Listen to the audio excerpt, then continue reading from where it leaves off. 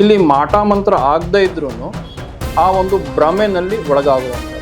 ಅದು ನೀವು ಹೇಗೆ ಹೇಳ್ತೀರೋ ಗೊತ್ತಿಲ್ಲ. ನನಗೆ 90% ಮಾಟ ಮಂತ್ರ ಮಾಡಲಿಕ್ಕೆ ಆಗತ್ತೆ.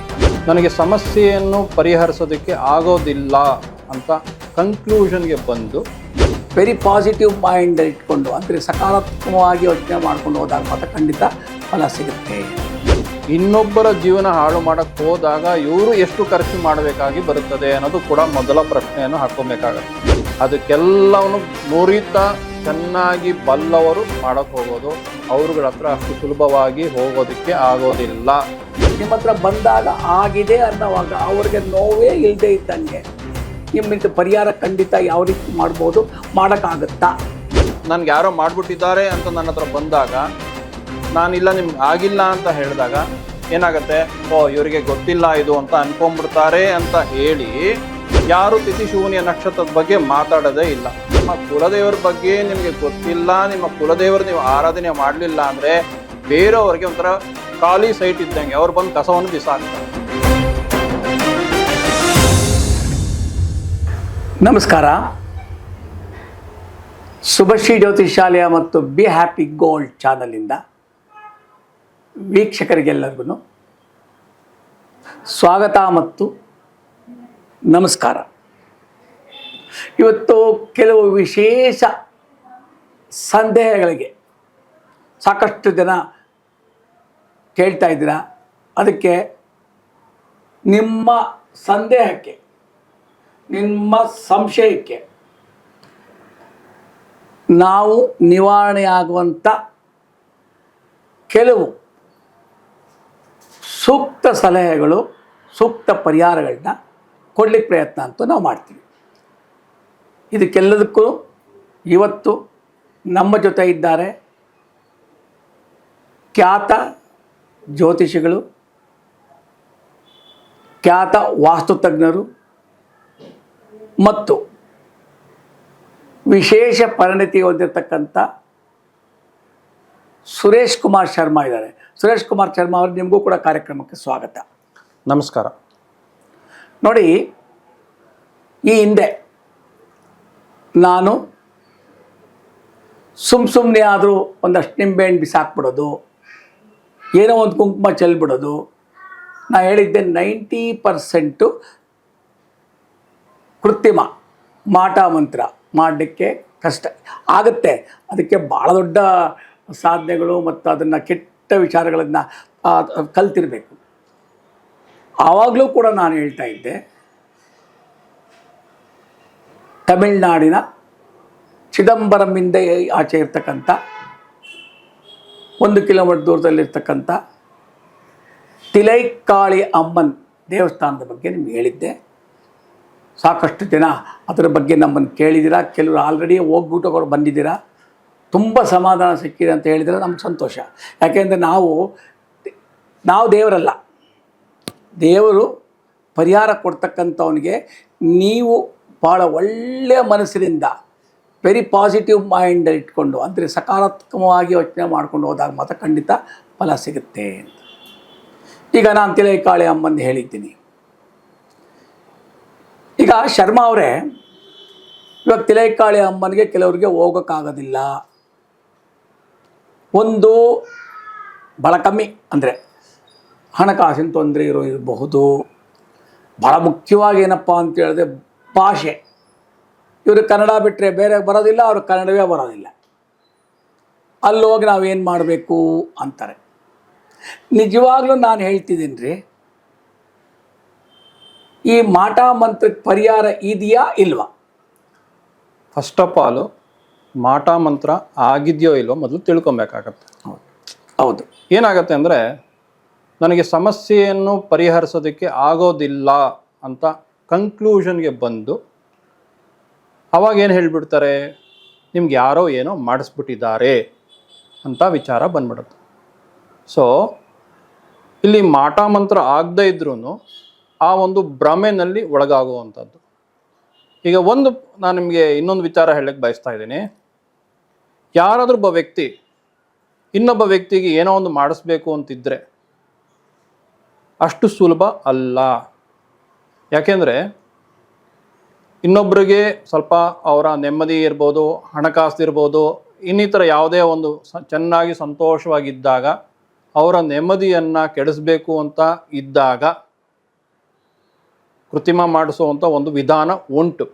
ಆದರೆ ಇನ್ನೊಬ್ಬರ ಜೀವನ ಹಾಳು ಮಾಡೋಕ್ಕೆ ಹೋದಾಗ ಇವರು ಎಷ್ಟು ಖರ್ಚು ಮಾಡಬೇಕಾಗಿ ಬರುತ್ತದೆ ಅನ್ನೋದು ಕೂಡ ಮೊದಲ ಪ್ರಶ್ನೆಯನ್ನು ಹಾಕ್ಕೊಬೇಕಾಗತ್ತೆ. ಸುಮ್ಮನೆ ಅದನ್ನು ಮಾಡಲಿಕ್ಕೆ ಆಗೋದಿಲ್ಲ. ಯಾರೊಬ್ಬ ವ್ಯಕ್ತಿ ಮಾಡೋ ಅಂಥವನು ಕೂಡ ಹಣವನ್ನು ಜಾಸ್ತಿ ಕೇಳ್ತಾನೆ. ಇನ್ನೊಬ್ಬರನ್ನ ಹಾಳು ಮಾಡಬೇಕು ಅಂತ ಹೋದಾಗ ಇವರ ಒಂದು ಹಣಕಾಸಿನ ಪರಿಸ್ಥಿತಿಯನ್ನು ತುಂಬ ದೊಡ್ಡ ಮಟ್ಟದಲ್ಲಿ ಖರ್ಚು ಮಾಡಬೇಕಾಗಿ ಬರುತ್ತೆ. ಹಾಗಾಗಿ ಇದು ಅಷ್ಟು ಸುಲಭ ಅಲ್ಲ ಅಂತ ಅನ್ಕೊತೀನಿ.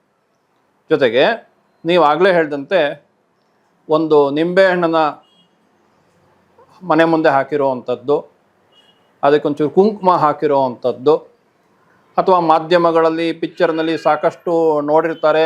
ಸೊ ಒಂದು ನಿಂಬೆಹಣ್ಣು ಹಾಕಿ ಸ್ವಲ್ಪ ಅದನ್ನು ಮಾಡ್ತು ಅಂದರೆ, ಒಂದು ಮೊಟ್ಟೆಯನ್ನು ಒಡೆದು ಹಾಕಿತ್ತು ಅಂದರೆ, ಎಸ್ ಅವೆಲ್ಲ ಕೂಡ ಮಾಡುವಂಥದ್ದು ವಿಧಾನಗಳು ಇದೆ. ಆದರೆ ಅದಕ್ಕೆಲ್ಲವನ್ನು ನುರಿತ ಚೆನ್ನಾಗಿ ಬಲ್ಲವರು ಮಾಡೋಕ್ಕೆ ಹೋಗೋದು, ಅವ್ರುಗಳ ಹತ್ರ ಅಷ್ಟು ಸುಲಭವಾಗಿ ಹೋಗೋದಕ್ಕೆ ಆಗೋದಿಲ್ಲ.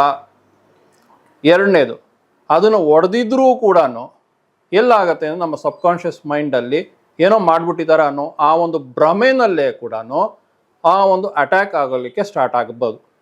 ಆದರೆ ಇದನ್ನೆಲ್ಲವೂ ಕೂಡ ಕೂಲಂಕುಷವಾಗಿ ಅವರ ಒಂದು ಜಾತಕವನ್ನು ವಿಮರ್ಶೆ ಮಾಡೋದು ಅಷ್ಟೇ ಅಲ್ಲದೆ ಪ್ರಶ್ನಾಶಾಸ್ತ್ರದಲ್ಲೂ ಕೂಡ ಅದು ಆಗಿದೆ ಅಂತ ಬಂದರೆ ಮಾತ್ರ ಮಾಡಬೇಕೇ ಹೊರತು ಇಲ್ಲ ಅಂದರೆ ಮಾಡೋ ಅವಶ್ಯಕತೆ ಇಲ್ಲ ಅಂತ ನಾನು ಹೇಳಿ. ನೋಡಿ ಸುರೇಶ್ ಕುಮಾರ್ ಶರ್ಮಾ ಅವರೇ, ಫಸ್ಟ್ ಆಫ್ ಆಲು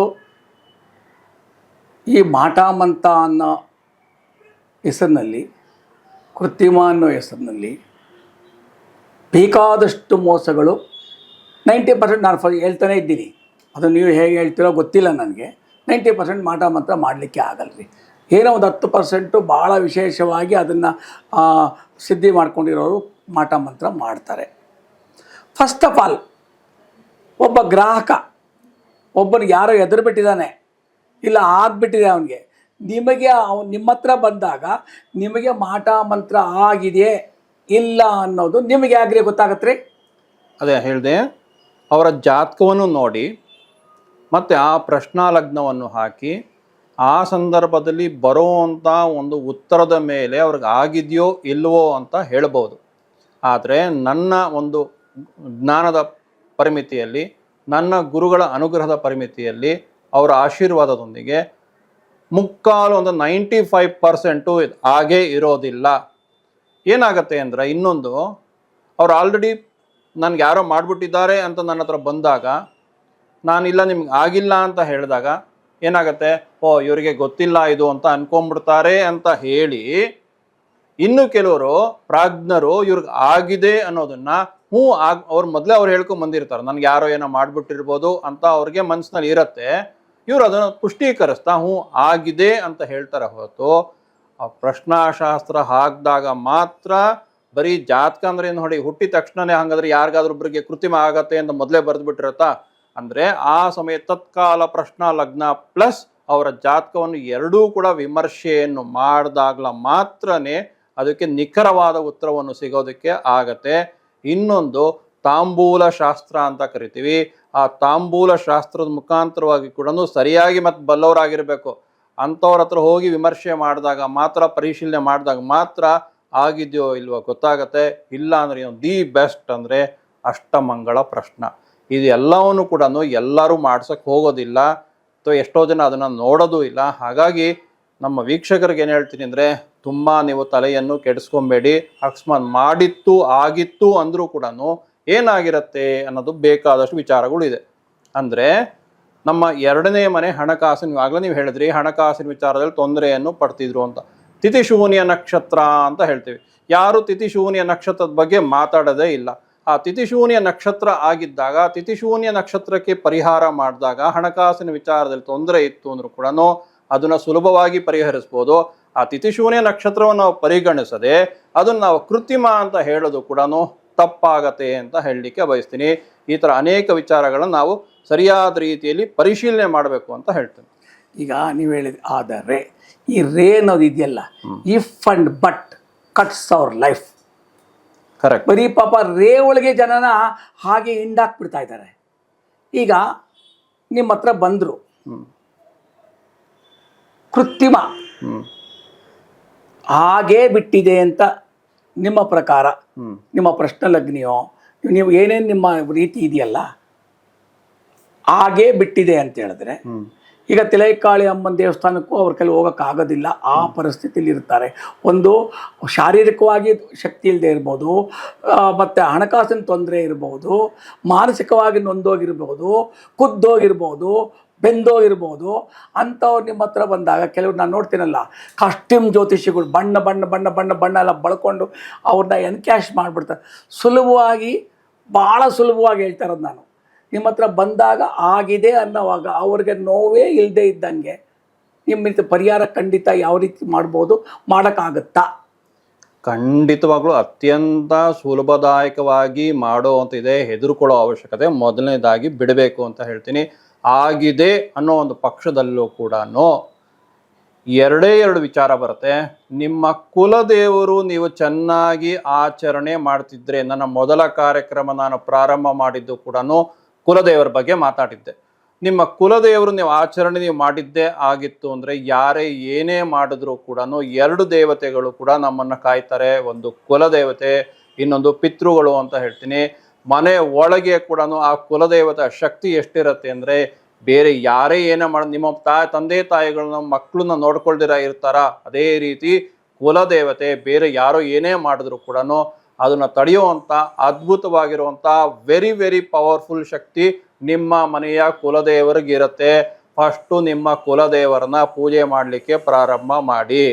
ಎರಡನೇದು, ನಿಮ್ಮ ಪಿತೃಗಳನ್ನು ಕೂಡ ನೀವು ಚೆನ್ನಾಗಿ ಅವರ ಪ್ರಾರ್ಥನೆಯನ್ನು ಮಾಡ್ಕೊಳ್ತಾ ಇತ್ತು ಅಂದರೆ, ಇದು ಹೆಂಗೆ ಅಂದರೆ, ಇಮ್ಯುನಿಟಿ ಇಲ್ಲ ಅಂದರೆ ಕಾಯಿಲೆ ಬರುತ್ತೆ, ಹೌದಲ್ವಾ? ಹಾಗೇನೆ ನಿಮ್ಗೆ ಯಾವಾಗ ನಿಮ್ಮ ಕುಲದೇವರ ಬಗ್ಗೆ ನಿಮಗೆ ಗೊತ್ತಿಲ್ಲ, ನಿಮ್ಮ ಕುಲದೇವರು ನೀವು ಆರಾಧನೆ ಮಾಡಲಿಲ್ಲ ಅಂದರೆ ಬೇರೆಯವ್ರಿಗೆ ಒಂಥರ ಖಾಲಿ ಸೈಟ್ ಇದ್ದಂಗೆ ಅವ್ರು ಬಂದು ಕಸವನ್ನು ಬಿಸಾಕ್ತಾರೆ. ಹಾಗೇನೆ ನಿಮ್ಮ ಕುಲದೇವರು ನೀವು ಆಚರಣೆ ಮಾಡಲಿಲ್ಲ ಅಂದರೆ ಬೇರೆಯವರು ಯಾರೋ ಏನೋ ಮಾಡಲಿಕ್ಕೆ ಆಗತ್ತೆ. ಸೊ ಒಂದು ನೀವು ಕುಲದೇವರ ಆರಾಧನೆಯನ್ನು ಮಾಡಲಿಕ್ಕೆ ಪ್ರಾರಂಭ ಮಾಡಿ, ಅದರಿಂದನೂ ಕೂಡ ಯಾವುದೇ ಒಂದು ನಕಾರಾತ್ಮಕ ಶಕ್ತಿ ಬೇರೆಯೊಬ್ಬ ವ್ಯಕ್ತಿ ಮಾಡಿದರೂ ಕೂಡ ಸರಿಪಡಿಸ್ಬೋದು. ಮತ್ತು ಇನ್ನೊಂದು ಬಹಳ ಮುಖ್ಯವಾಗಿರುವಂಥ ವಿಚಾರವನ್ನು ಕೂಡ ಹೇಳಲಿಕ್ಕೆ ಬಯಸ್ತಾ ಇದ್ದೀನಿ. ನಿಮ್ಮ ಗ್ರಾಮ ದೇವತೆಯನ್ನು ಹಿಡಿಬೇಕು. ಏನಪ್ಪ ಅಂದರೆ, ನಿಮಗೆ ಗೊತ್ತೇ ಇದೆ, ರಾಘವೇಂದ್ರ ಸ್ವಾಮಿಗಳು ಕೂಡ ಅಲ್ಲಿ ಅವರು ಬೃಂದಾವನ ಸೇರೋಕ್ಕೂ ಮುಂಚೆ ಕೂಡ ಅಲ್ಲಿ ಮಂಚಾಲಮ್ಮನ ಪ್ರಾರ್ಥನೆಯನ್ನು ಮಾಡಿ ಪರ್ಮಿಷನ್ ತಗೊಂಡು ಅವರು ಅಲ್ಲಿ ಜೀವ ಸಮಾಧಿ ಆಗಿದ್ದು. ಹಾಗೆಯೇ ತಿರುಪತಿ ತಿಮ್ಮಪ್ಪ ಆತ ಕೂಡ ಅಲ್ಲಿ ಸ್ಥಾಪನೆ ಆಗೋಕ್ಕೂ ಮುಂಚೆ ಅಲ್ಲಿರುವಂಥ ಕುಲದೇವತೆಯನ್ನು ಪ್ರಾರ್ಥನೆ ಮಾಡಿದ್ದು. ಹಾಗೆಯೇ ಯಾರಿಗೆ ಬೇರೆ ರೀತಿಯಾಗಿ ಆಗಿದೆ, ನನಗೆ ಕೆಲವೊಂದು ಕೃತ್ರಿಮ ಆಗಿದೆ ಅಂತ ಹೇಳಲಿಕ್ಕೂ ಕೂಡ ನನಗಿಷ್ಟ ಆಗೋದಿಲ್ಲ. ಹಾಗಾಗಿ ಆ ಥರ ಆಯಿತು ಅಂತಂದರೆ ಅಂದಿದ್ದ ಪಕ್ಷದಲ್ಲಿ ನಿಮ್ಮ ಗ್ರಾಮ ದೇವತೆಯ ಪೂಜೆಯನ್ನು ಮಾಡಿಸ್ಬೇಕು ಅಂತ ಹೇಳ್ತೀನಿ. ಯಾಕೆ? ನಿಮ್ಮ ಗ್ರಾಮ ದೇವತೆ ನಿಮ್ಮ ಪ್ರದೇಶವನ್ನು ಯಾರಿಗೂ ಏನು ಮಾಡೋಕ್ಕೆ ಆಗದಿರುವಂಥ ಒಂದು ರಕ್ಷಾ ಕವಚವನ್ನು ಸೃಷ್ಟಿ ಮಾಡುವಂಥ ಶಕ್ತಿ ಗ್ರಾಮ ದೇವತೆಗಿರುತ್ತೆ. ಯಾವ ರೀತಿಯಾಗಿ ಸುದರ್ಶನ ಚಕ್ರದ ರೀತಿಯಲ್ಲಿ ಯಾವುದೇ ನಕಾರಾತ್ಮಕ ಶಕ್ತಿಗಳು ಬಂದರೂ ಕೂಡ ಅದನ್ನು ಹೊಡೆದೋಡಿಸುವಂಥ ಶಕ್ತಿ ಇರುತ್ತೋ, ಅದೇ ರೀತಿ ಇಡೀ ಗ್ರಾಮ, ನಿಮ್ಮ ಮನೆ ಒಂದೇ ಅಲ್ಲ, ನಿಮ್ಮ ಒಬ್ಬ ವ್ಯಕ್ತಿ ಅಲ್ಲ, ಇಡೀ ಗ್ರಾಮವನ್ನ ಸಂರಕ್ಷಣೆ ಮಾಡುವಂಥ ಶಕ್ತಿ ಇರುವಂಥದ್ದು ನಿಮ್ಮ ಗ್ರಾಮ ದೇವತೆ. ಅಕಸ್ಮಾತ್ ಆಗಿದ್ರೂ ಕೂಡ ನೀವು ನಿಮ್ಮ ಗ್ರಾಮ ದೇವತೆಗೆ ಹೋಗಿ ಪೂಜೆ ಸಲ್ಲಿಸಬೇಕು. ಅದಕ್ಕೆ ವಿಶೇಷವಾಗಿರುವಂಥದ್ದಿದೆ. ಅದನ್ನ ಖುದ್ದಾಗಿ ಬಂದು ಎಲ್ಲರಿಗೂ ಇದು ಬೇಕಾಗೋದಿಲ್ಲ. ಹಾಗಾಗಿ ನಾನು ಅದನ್ನು ಹೇಳ್ತಾ ಇಲ್ಲ ಹೊರತು, ನೀವು ಆಗಿದೆ ಅನ್ಕೊಂಡು ಬಂದಿದ್ರೆ ಆಗಿದ್ದರೆ ಮಾತ್ರ ನನ್ನ ಪ್ರಶ್ನಾಶಾಸ್ತ್ರದಲ್ಲೂ ಕೂಡ ನೋಡಿ ಆಗಿದ್ರೆ ಸುಲಭವಾಗಿರುವಂಥ ಪರಿಹಾರಗಳನ್ನ ಮಾಡ್ಬೋದು. ನೋಡಿ ಶರ್ಮಾ ಅವರೇ, ನಮ್ಮ ಜ್ಯೋತಿಷಾಲಯಕ್ಕೆ ಇತ್ತೀಚೆಗೆ ಒಬ್ಬರು ಬಂದಿದ್ದರು, ಚೆನ್ನಾಗಿ ವ್ಯಾಪಾರ ಮಾಡ್ತಾಯಿದ್ರು, ಚೆನ್ನಾಗಿ ವ್ಯಾಪಾರ ಆಗ್ತಿತ್ತು, ಹಣಕಾಸು ಯಾವುದು ತಂದರೆ ಅವರು ಅಷ್ಟೇ ನೀಟಾಗಿ ಭಾಳ ಪ್ರಾಮಾಣಿಕವಾಗಿ ವ್ಯಾಪಾರ ಮಾಡಿ ಚೆನ್ನಾಗಿದ್ದವ್ರಿಗೆ ಎದುರುಗಡೆ ಯಾರೋ ಒಂದು ಸಣ್ಣ ಅಂಗಡಿ ಇಟ್ಕೊಂಡು ಜನ ಎಲ್ಲ ಸಣ್ಣ ಅಂಗಡಿಗೆ ಹೋಗ್ತಾ ಇದ್ರು, ಇವರು ಬರೋದು ನಿಂತೋಯ್ತು ಅಂತ ಹೇಳಿದ್ರೆ ಅವ್ರಿಗೆ ಅಕಸ್ಮಾತ್ ಆ ಸಣ್ಣ ಅಂಗಡಿಯವನು ಮಾಟ ಮಂತ್ರ ಮಾಡಿದಾನೆ ಅಂತ ಹೇಳಿದ್ರೆ ಒಂದೋ ನಿಮಗೆ ಹೇಗೆ ಗೊತ್ತಾಗುತ್ತೆ ಅವನ ಮಾಡಿರ್ತಕ್ಕಂಥ ಕೃತ್ಯಮಾನ ಸುಲಭ ರೀತಿಯಲ್ಲಿ ಯಾವ ರೀತಿ ನೀವು ತೆಗಿತೀರ? ಇಲ್ಲಿ ಕೃತ್ಯಮನೇ ಆಗಿಲ್ಲ ಅಂತ ನಾನು ಹೇಳ್ತೀನಿ. ಆಗಿದೆ ಅಂತ ಬಂದರೆ ಏನು ಮಾಡ್ತೀರಿ?